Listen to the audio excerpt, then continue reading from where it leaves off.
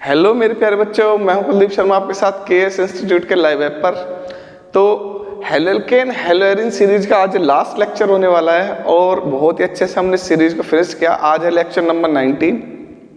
इसके बाद में एक लेक्चर लेकर आऊँगा, लेक्चर नंबर 20 बाद में लेकर आऊँगा। उसमें मैं बहुत सारे केमिकल इक्वेशन के पूरे चैप्टर के सम अप करके एक रिएक्शंस कराऊंगा सारे के सारे। उससे आपको पूरा चैप्टर रिवाइज हो जाएगा। आप कहोगे कितना ईजी चैप्टर था ये, हमें अब सब कुछ याद हो गया इसमें।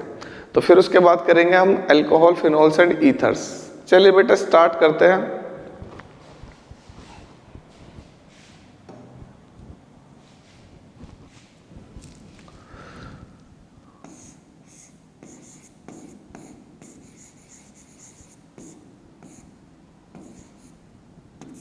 Halo alkane hello arenes.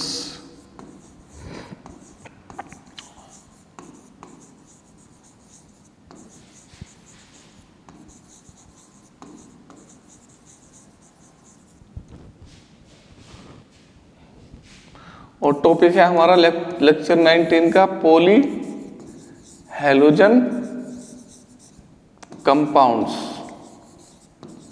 मैंने आपको 7 पॉली हैलोजन कंपाउंड्स बताए थे। कौन कौन से बताए थे? Number 1 dichloromethane, number 2 trichloromethane, number 3 tetrachloromethane, number 4 freon, number 5 iodoform CHI3, number 6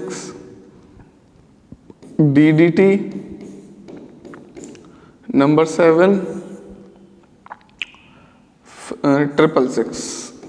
ये 7 कंपाउंड कराए थे और इन दोनों कंपाउंड को मैं ऑलरेडी करा चुका था, डाइक्लोरोमीथेन और क्लोरोफॉर्म को। ठीक है, तो आज हम करेंगे नंबर 3। इससे पहले आयोडोफॉर्म कर लेते हैं, क्योंकि आयोडोफॉर्म और क्लोरोफॉर्म कुछ एक जैसा है। क्लोरोफॉर्म मैंने करा था CHI3, तो आज करेंगे हम आयोडोफॉर्म।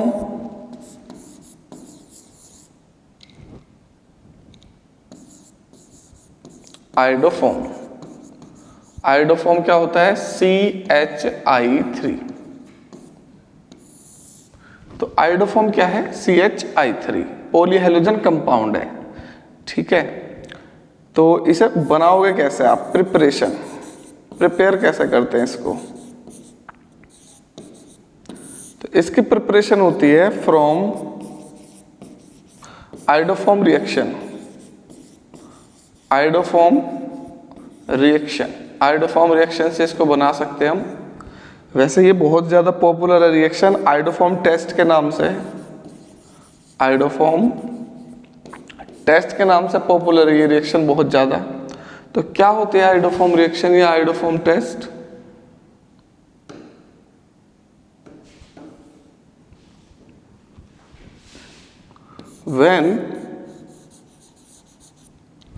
when compounds containing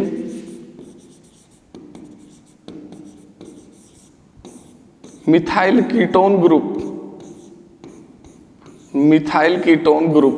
यह मिथाइल, यह ketone, methyl ketone group heating with NaOH and I2, then iodoform is formed। Iodoform बन जाएगा। इस रिएक्शन को बोलते हैं हम आयोडोफॉर्म टेस्ट या आयोडोफॉर्म रिएक्शन। कैसे बनेगा? चलो, तो ये है मेरे पास CH3CO CH3। देखो यहाँ पर मिथाइल ग्रुप है कीटोन ग्रुप के साथ।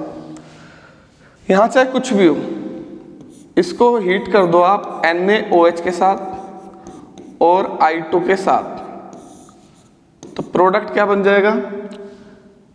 इसमें जो ये दूसरे वाला ग्रुप बचा CH3, इस ग्रुप का तो बन जाएगा iodoform CHI3। Methyl ketone group का बन जाता है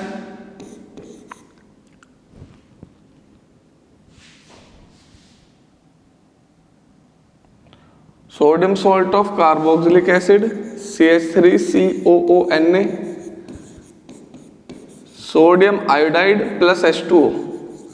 तो ये आयोडोफॉर्म टेस्ट है, ठीक है। ये है आयोडोफॉर्म रिएक्शन। बना लिया मैंने आयोडोफॉर्म, देख लो बन गया। अब सपोज करो मेरे पास कीटोन नहीं है, ये वाला कंपाउंड है CH3CH2OH, मीथेनॉल। इससे आयोडोफॉर्म बना सकते हैं? यस, इससे आयोडोफॉर्म बन सकता है, इससे ही बन सकता है। क्यों बन सकता है इससे आयोडोफॉर्म? देखो ऐसा बन जाएगा इससे। इथेनॉल को जब आप NaOH के साथ और I2 के साथ हीट करोगे तो इथेनॉल से बन जाएगा हमारे पास आयोडोफॉर्म। आयोडोफॉर्म होता है येलो कलर सॉलिड, ठीक। और दूसरा बन जाएगा इससे सोडियम फॉर्मेट, और तीसरा बन जाएगा इससे NaI, और फोर्थ बन जाएगा इससे H2O। ये बन जाएंगे कंपाउंड। तो इसमें चेंज होता है बस सॉल्ट में, जब हम कंपाउंड चेंज करते हैं। तो ये इथेनॉल से कैसे बन गया भाई? इथेनॉल से नहीं बना,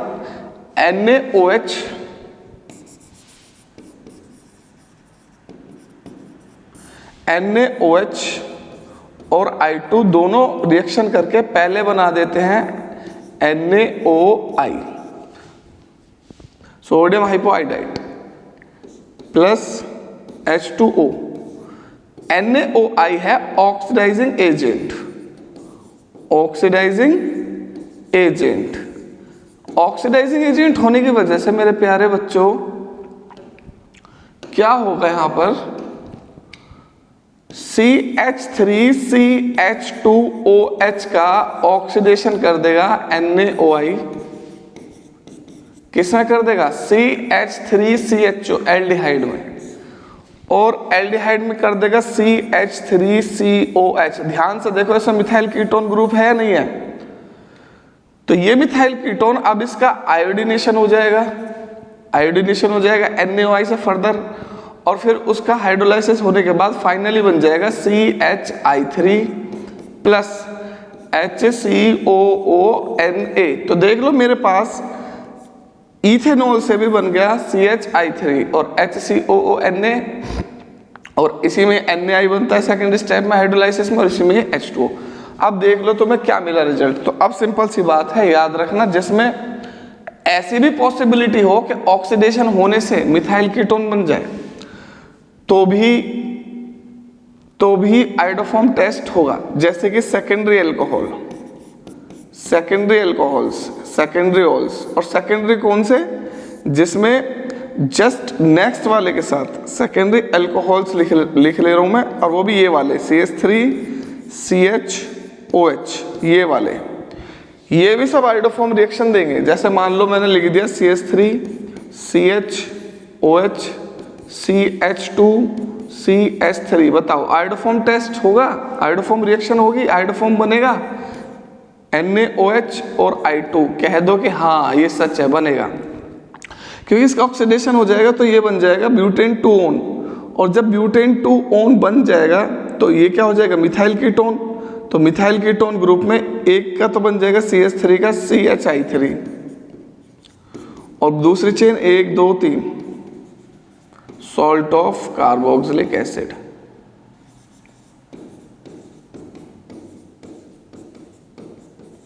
ये हो गया प्रोडक्ट। तो सिंपल सी बात ये है मेरे प्यारे बच्चों कि हम आयोडोफॉर्म रिएक्शन से बना सकते हैं आयोडोफॉर्म, और आयोडोफॉर्म रिएक्शन से कैसे बना सकते हो? From ethanol on heating with NaOH plus I2। अब ये रिएक्शन एक स्टेप में नहीं होती है, बस ये लिखकर ऐसे दिखाते हैं हम कि एक स्टेप में हो रही है CHI3 plus HCOONA plus NaI plus H2O, ये आयोडोफॉर्म रिएक्शन है। इसे बैलेंस करना चाहते हो कर सकते हो। 6NH 4I2 5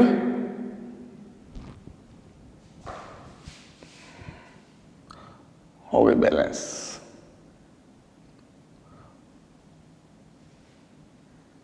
5 3 8 हो गई बैलेंस। 6 और 1 7 3H2। ठीक है,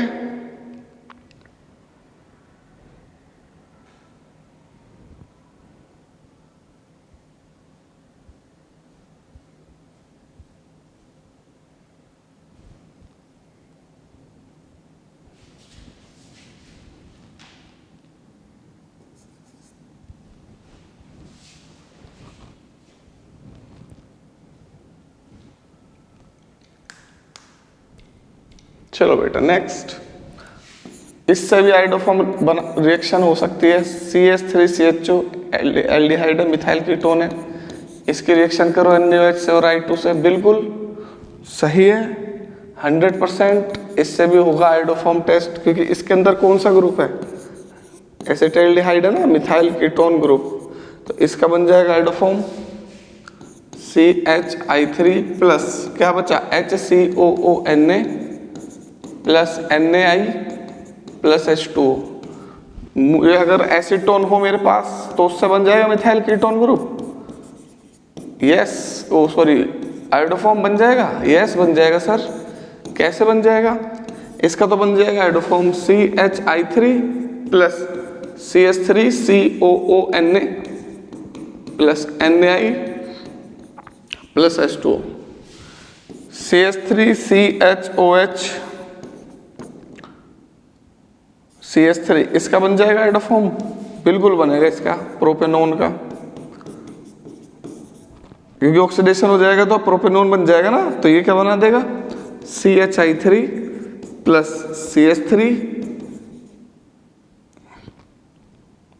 COONA plus NaI plus H2O। तो इसकी रिएक्शन और इसकी रिएक्शन बिल्कुल सेम है, क्योंकि ये ऑक्सीडाइज होने के बाद NaOI से ये बन जाएगा। तो ये है आयोडोफॉर्म रिएक्शन। आयोडोफॉर्म ऐसे बनाएंगे। तो यूजेस क्या है इसके? तो यूजेस इसके ये है, it is used as a antiseptic substance.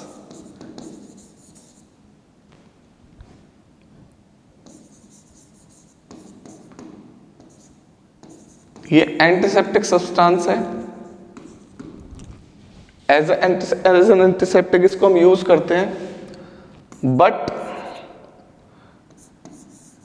It has been replaced by other substances due to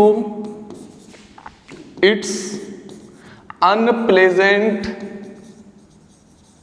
smell. इसकी स्मेल थोड़ी सी बेकार होती है, अच्छी नहीं लगती स्मेल, थोड़ी मतलब ऐसी होती है इसकी स्मेल। जैसे हॉस्पिटल में आप कभी जाते हो तो हॉस्पिटल में वो क्या काम करते हैं, जो सब्सटेंस यूज करते हैं, अप्लाई करते हैं फ्लोर वगैरह पर, वो आयोडोफॉर्म डाल देते हैं उसके अंदर, तो उसमें जो स्मेल आती है वो हॉस्पिटल लाइक स्मेल है इसकी।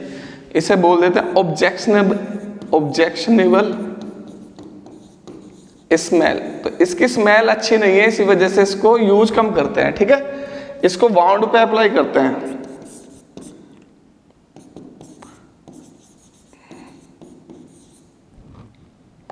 वाउंड्स, कहीं घाव हो जाए, चोट हो जाए, वहां इसको लगाते हैं।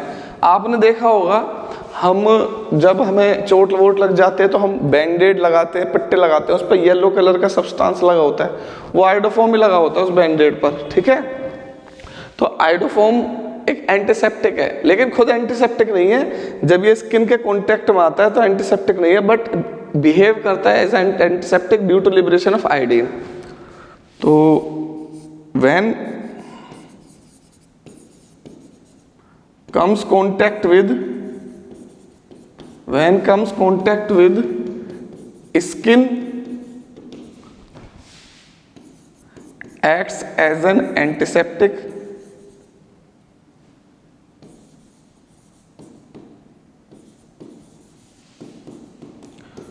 due to liberation of I2, जो कि खुद एक एंटीसेप्टिक है। I2 होता है एक एंटीसेप्टिक। तो स्किन के कांटेक्ट में आने के बाद आयोडोफॉर्म आयोडीन का लिबरेशन करता है। जैसे ही आयोडोफॉर्म स्किन के कांटेक्ट में आएगा तो यहां से आयोडीन लिबरेशन होगा। इसी वजह से ये क्या है, एंटीसेप्टिक का काम करेगा। तो क्या आयोडोफॉर्म एंटीसेप्टिक है? नो, आयोडोफॉर्म इटसेल्फ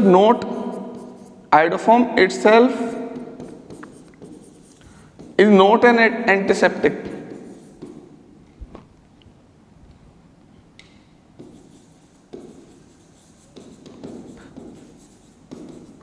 तो आयोडोफॉर्म खुद में एक एंटीसेप्टिक नहीं है, लेकिन आयोडोफॉर्म बाउंड पर जैसा आप लगाओगे एंटीसेप्टिक का काम करेगा। क्यों करेगा? क्योंकि वो स्किन के कांटेक्ट में आने के बाद आयोडीन का लिबरेशन कर देगा, आयोडोफॉर्म से आयोडीन बन जाएगा। तो ये खत्म हुआ हमारा आयोडोफॉर्म। उसके बाद आ जाते हैं नंबर 4, CCl4। तो CCl4 को कैसे बना सकते हैं हम, प्रिपरेशन क्या है इसकी? तो मेरे प्यारे बच्चों, CCl4 को आप मीथेन का क्लोरीनेशन करके बना सकते हैं। When methane undergoes chlorination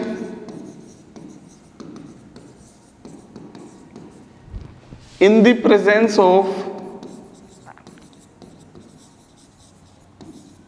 sunlight, CCl4 is formed। तो ये है मीथेन, क्लोरीन की रिएक्शन कर दो सनलाइट के प्रेजेंस में, तो ये बन जाएगा CCl4 प्लस 4HCl। अब इसके हार्मफुल इफेक्ट्स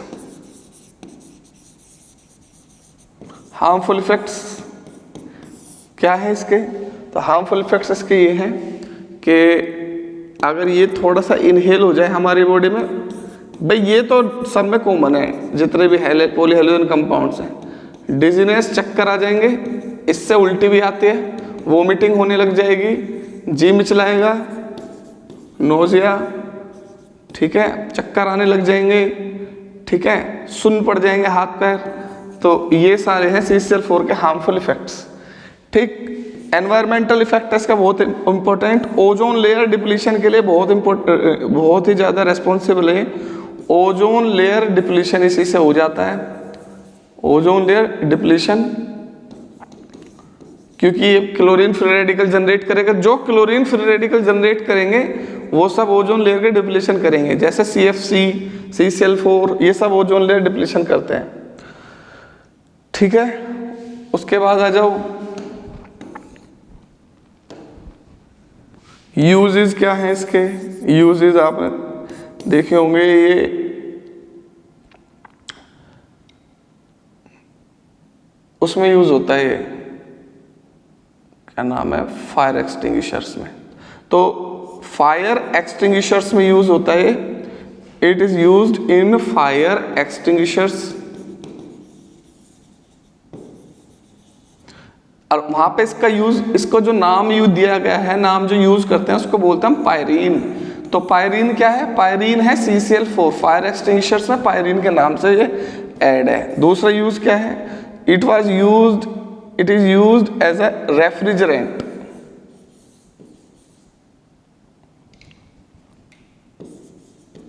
कूलेंट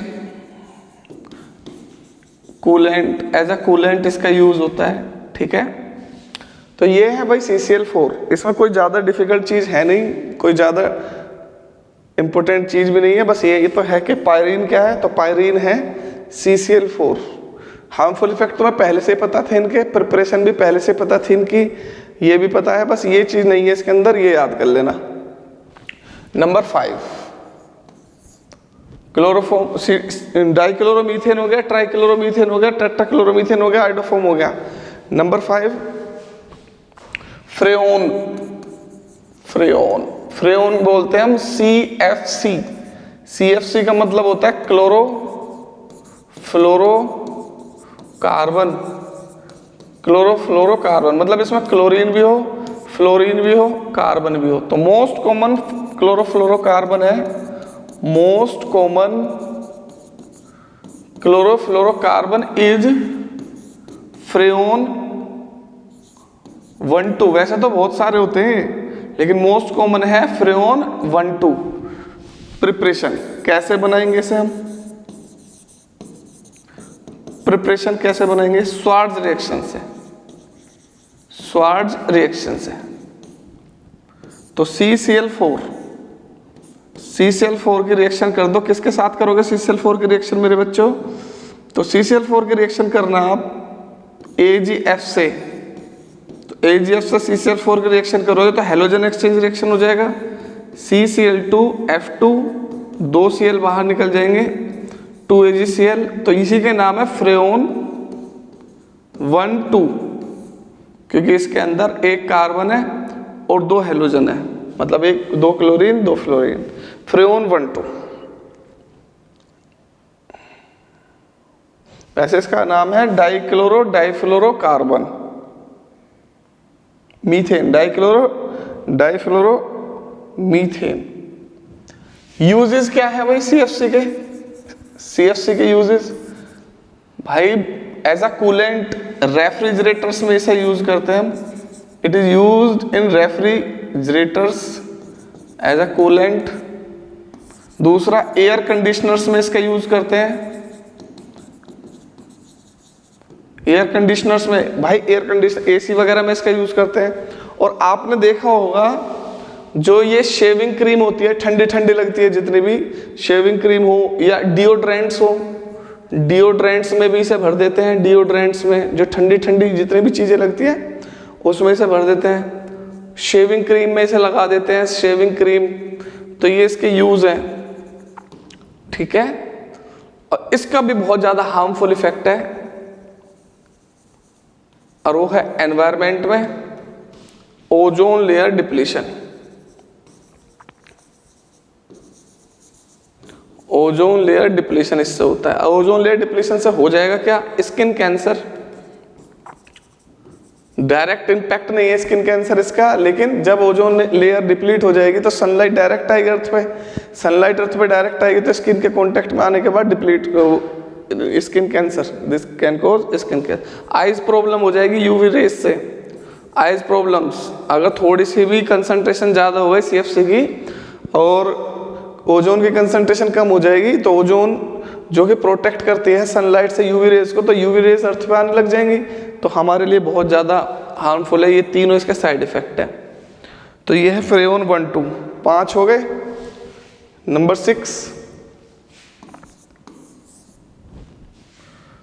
6 है मेरे प्यारे बच्चों DDT। वैसे इसको बोल देते हैं हम डाइक्लोरो डाइफिनाइल ट्राइक्लोरो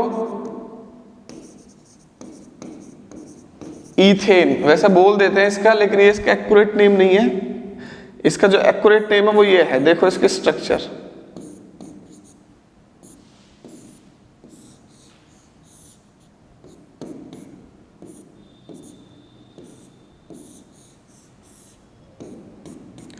ये स्ट्रक्चर है DDT की। आप देखो इसका नेम करते हैं 1 2 2 पर ये वाली चेन है, रिंग है, 2 पर ये वाली है, तो 2 2। अब यहां पर अंदर फिर आ रहा है 1 2 3 4, 4 पे Cl आ रहा है। तो जब नंबरिंग दोबारा आ रही है तो यहां पर ऐसे लिए अब दोबारा से डाई वाई यूज नहीं करते, बिस यूज करते हैं। तो 2 2 बिस, 2 2 बिस 4 क्लोरो 2 2 बिस 4 क्लोरोफिनाइल। ये 4 क्लोरोफिनाइल है, ये भी 4 क्लोरोफिनाइल है, तो 2 पर है दोनों, तो 2 2 बिस 4 क्लोरोफिनाइल। 1 1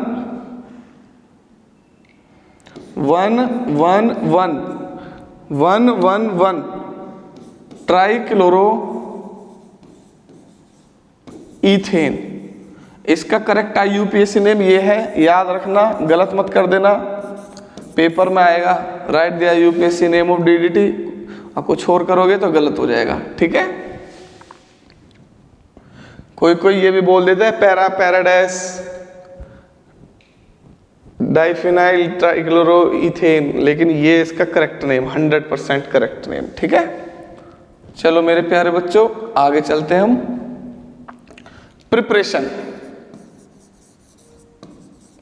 प्रिपरेशन कैसे बनाओगे भाई इसे तुम, तो फ्रॉम क्लोरोबेंजीन, इसे बनाते हैं हम क्लोरोबेंजीन से, फ्रॉम क्लोरोबेंजीन। तो क्लोरोबेंजीन से DDT बनाएंगे, तो वैन क्लोरल, क्लोरल का फॉर्मूला होता है CCl3CHO। इसका दूसरा नाम भी होता है trichloro acetaldehyde, trichloro acetaldehyde. When chloro treated with chlorobenzene, treated with chlorobenzene क्या बन जाएगा, DDT is formed, DDT is formed, DDT बन जाएगा। तो चलो भाई क्या है भाई क्लोरल, क्लोरल ये है CCl3CHO, ये है क्लोरल, दिस इज क्लोरल। किससे रिएक्शन करानी है इसकी रिएक्शन करानी है, एक सेकेंड,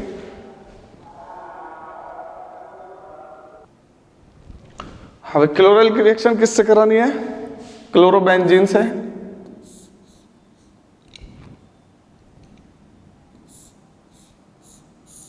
यह है क्लोरोबेंजीन, 2 मॉलिक्यूल होंगे क्लोरोबेंजीन का, 1 मॉलिक्यूल होगा क्लोरल का, ठीक है। तो यह है क्लोरोबेंजीन, तुम्हें पता है सब जगह H होता है यहाँ क्लोरोबेंजीन के ऊपर, तो ये O और ये H क्या बना लेंगे, H2O। तो क्या बचा यहाँ पर CCl3, यहाँ पे क्या बचा CH, फिर जब यहाँ से H निकलेगा तो यहीं से रिंग जुड़ जाएगी,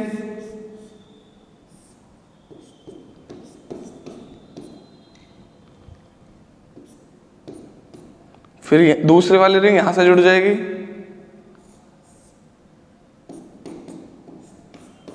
प्लस H2O। तो देखो ये बन गया DDT, this is DDT, 1,2 bis 4 chlorophenyl 111 trichloro ethane, ये है DDT। प्रिपरेशन हो गई DDT की, ठीक है, DDT की प्रिपरेशन खत्म। बहुत ही अच्छे तरीके से करा रहा हूं मैं आपको, इस तरीके से आपको बुक में भी मिल जाए ना, गारंटी है मेरी कि अगर आपको कोई सी बुक में इस तरीके से आपको पॉलीहेलोजन कंपाउंड्स पढ़ा दिया या हेलोल्केन हेलोएरिन पढ़ा दिया, बहुत मेहनत से रिसर्च करने के बाद आप तक कंटेंट लेकर आता हूं मैं, और ये कंटेंट ही आपको स्कोर कराएगा 100 आउट ऑफ 100 एग्जाम में। ऐसे नहीं करा रहा हूं मैं, कोई यूट्यूब पर ऐसे ही नहीं आ जाता, सामने खड़ा होकर पढ़ाने नहीं लग जाता, बहुत मेहनत लगती है इस काम में।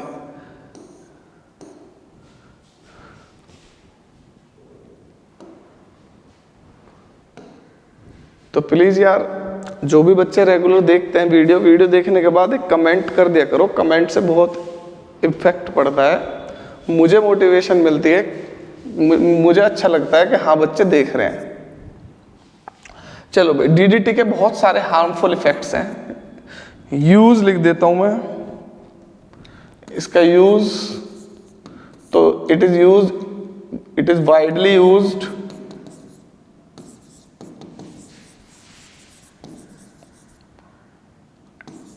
As an insecticide.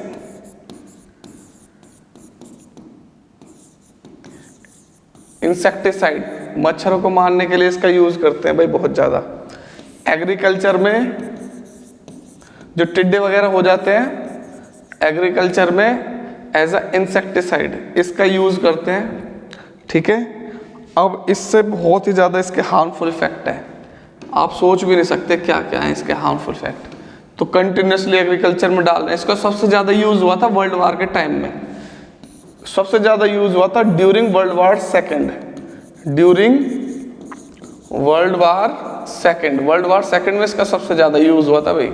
किसके लिए? मलेरिया को रोकने के लिए। जो फौजी हैं, जो हमारे सोल्जर्स हैं, उनकी डेथ हो रही थी मलेरिया से, तो अमेरिका ने इसका यूज़ किया था मलेरिया रोकने के लिए, क्योंकि ये बहुत ज़्यादा इफेक्टिव है। लेकिन पता है क्या हुआ? इन मच्छरों को रोकने के लिए इसका यूज़ करा, मच्छरों ने अपने अंदर रेजिस्टेंस डेवलप कर लिया इसके अगेंस्ट, फिर इसका यूज़ कर रहे थे तो डेथ नहीं हो रही थी। तो इसका मतलब ये बहुत ही जल्दी रेजिस्टेंस क्रिएट कर देता है ऑर्गेनिज्म में, इसलिए इसके यूज़ को अमेरिका ने बैन कर दिया। अमेरिका बैंड डीडीटी, अमेरिका ने मना कर दिया कि इसका यूज़ नहीं करना है। इसके बहुत सारे रीज़न हैं और उसकी वजह से इसके हार्मफुल इफेक्ट हुए।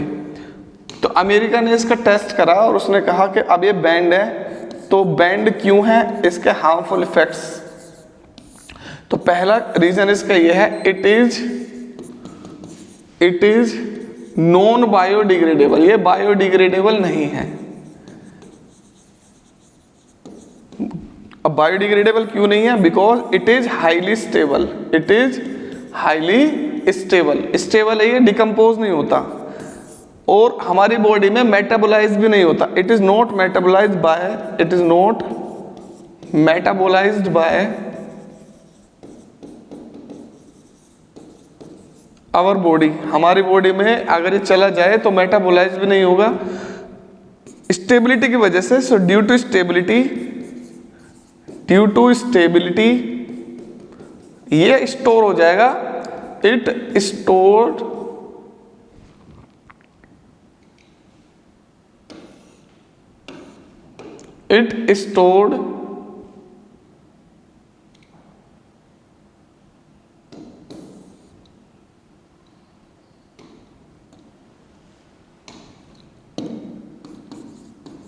इन फैट टिश्यू में जाके स्टोर हो जाएगा। हमारी बॉडी में फैट सोल्यूबल है ना, इस वजह से फैट टिश्यू में जाके स्टोर हो जाएगा लॉन्ग टाइम तक और इसके बहुत ही ज़्यादा हार्मफुल इफेक्ट्स आपको दिखाई देंगे। तो इंसेक्टिसाइड्स के लिए यूज़ करा था हमने, फिर एग्रीकल्चर में यूज़ करने लगे और इंडिया में तो आज भी इसको यूज़ करते हैं, जबकि बैंड है, लेकिन इंडिया में बहुत ही ज़्यादा बड़े लेवल पे ये यूज़ हो रहा है। आपको दिखाई भी दे जाएगा, खेतों में डालते हैं इसको टिड्डे वगैरह से बचाने के लिए फसल को। तो अगर इसका यूज़ पूछ ले तो इंसेक्टिसाइड की तरह इसका यूज़ करते हैं, ठीक है। और बहुत सारी कंट्रीज में इसको बैन भी कर दिया। क्यों? नॉन बायोडिग्रेडेबल है, स्टेबल है और मेटाबोलाइज नहीं होता हमारी बॉडी में और फैट टिश्यू में स्टोर हो जाता है। वर्ल्ड वार 2 के टाइम पे बहुत ज़्यादा यूज़ हुआ था मच्छरों को मारने के लिए। जंगलों में पड़े रहते थे सोल्जर्स, तो सोल्जर जब जंगलों में पड़े रहते थे तो मच्छर काट लेते थे, मलेरिया फैल गया था, बहुत ज़्यादा डेथ हो गई थी सोल्जर्स की। तो इन्होंने डीडीटी का यूज़ करके मच्छर तो मार दिए, मच्छर ख़त्म भी हो गए। लेकिन कुछ टाइम बाद जब इसका यूज़ बहुत ज़्यादा करने लगे तो मच्छरों ने अपने बॉडी में, अपने अंदर, तुम्हें पता है रेजिस्ट करते हैं वो हर चीज़ को। जो भी ऑर्गेनिज्म है वो अपने ऊपर जो इफेक्ट होता है उसको रेजिस्ट करते हैं, चाहे फिर वो बैक्टीरिया हो, चाहे फिर हम भी हों। जैसे कोरोना वायरस आया था तो कोरोना वायरस से बचने के लिए हमारी बॉडी खुद ही एंटीबॉडी डेवलप कर रही थी। बिल्कुल ऐसे ही जब एंटीबॉडी डेवलप्ड हो जाएगी, उनके अंदर भी एंटीबॉडी डेवलप्ड होगी डीडीटी के अगेंस्ट, तो उनकी डेथ नहीं हो रही थी। तो आप डीडीटी डालोगे मच्छरों पे, आप मच्छर मरेंगे नहीं डीडीटी से। अब तो काला हिट लेकर आना पड़ेगा तुम्हें और भी ज़्यादा हार्ड, ठीक है। तो ये है भैया हमारे डीडीटी। अब लास्ट करेंगे हम नंबर 7। नंबर 4 कहाँ से आ गया? नंबर 7 का नाम है 666। इसको वैसे बोलते हैं बेंजीन हेक्सा क्लोराइड, इसका नाम है शॉर्ट में BHC। 666BC का नाम है बेंजीन हेक्सा क्लोराइड, भी इसका नाम है BHCBC का नाम है गैमेक्सिन भी इसी का नाम है, आपने सुना होगा। गैमेक्सिन डाल देते हैं, चींटे वीटे आ रहे होते हैं तो वहाँ पर गैमेक्सिन का पाउडर डाल देता है व्हाइट कलर का, भाग जाता है, आते नहीं है इसकी स्मेल से। लक्ष्मण रेखा के नाम से चौक से आती है, उसे खींच देते हैं तो वहाँ पर भी नहीं आते, ठीक है। और लिंडेन भी इसी का नाम है, lindane.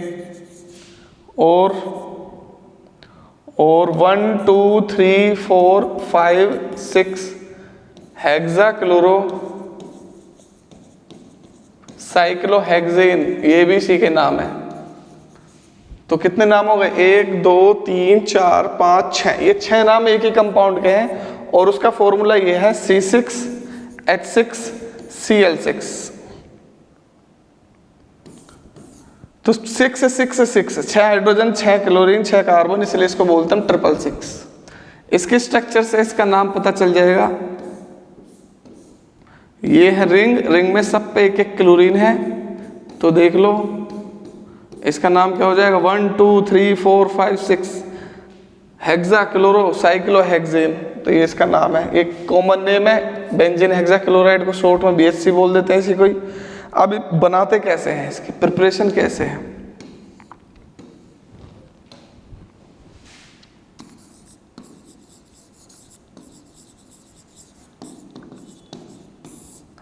Preparation from benzene, benzene से बन जाता है ये। तो बेंजीन से कैसे बन जाता है, बेंजीन का कर दो आप क्लोरीनेशन, ठीक है, in the presence of sunlight. बार बार इसका क्लोरीनेशन कराओगे तो सारे के सारे क्लोरीन का एडिशन हो जाएगा और सारे डबल बॉन्ड सिंगल बॉन्ड में कन्वर्ट हो जाएंगे। तो ये एडिशन रिएक्शन है, सनलाइट के प्रेजेंस में हो रही है। और अगर जो यहाँ पर आप AlCl3 या FeCl3 ले लेते हैं तो फिर सब्स्टिट्यूशन रिएक्शन होती, अंदर यहाँ बेंजीन रिंग ही रह जाती स्टेबल। तो ये बन गया बेटा हमारा 666। तो इसका यूज क्या है, तो इसका भी यूज है, ये भी है एक इंसेक्टिसाइड है, इट इज एन इंसेक्टिसाइड। और ये एज अ पेस्टिसाइड भी यूज होता है, इंसेक्टिसाइड भी पेस्टिसाइड भी। It is use as a insecticide as well as pesticide. Insecticide तो वो है जो एक पर्टिकुलर इंसेक्ट पे यूज हो, जैसे मच्छर के लिए डाल रहे हैं तो केवल मॉस्किटो ही उससे खत्म होंगे। पेस्टिसाइड ये है जैसे आपने डाल दिया कहीं पर तो चूहे भी नहीं आएंगे इससे, और जो चींटे वगैरह होते हैं कोई दूसरे इंसेक्ट और पेस्ट होंगे वो भी नहीं आएंगे। तो ये इंसेक्टिसाइड और पेस्टिसाइड दोनों की तरह यूज होता है।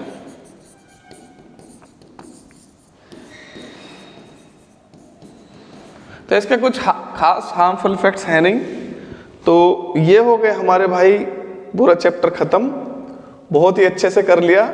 लेक्चर 20 भी लेकर आऊंगा मैं जरूर, लेक्चर 20 मैं लेकर आऊंगा, लेकिन अभी नहीं लेकर आऊंगा, पेपर टाइम में लेकर आऊंगा।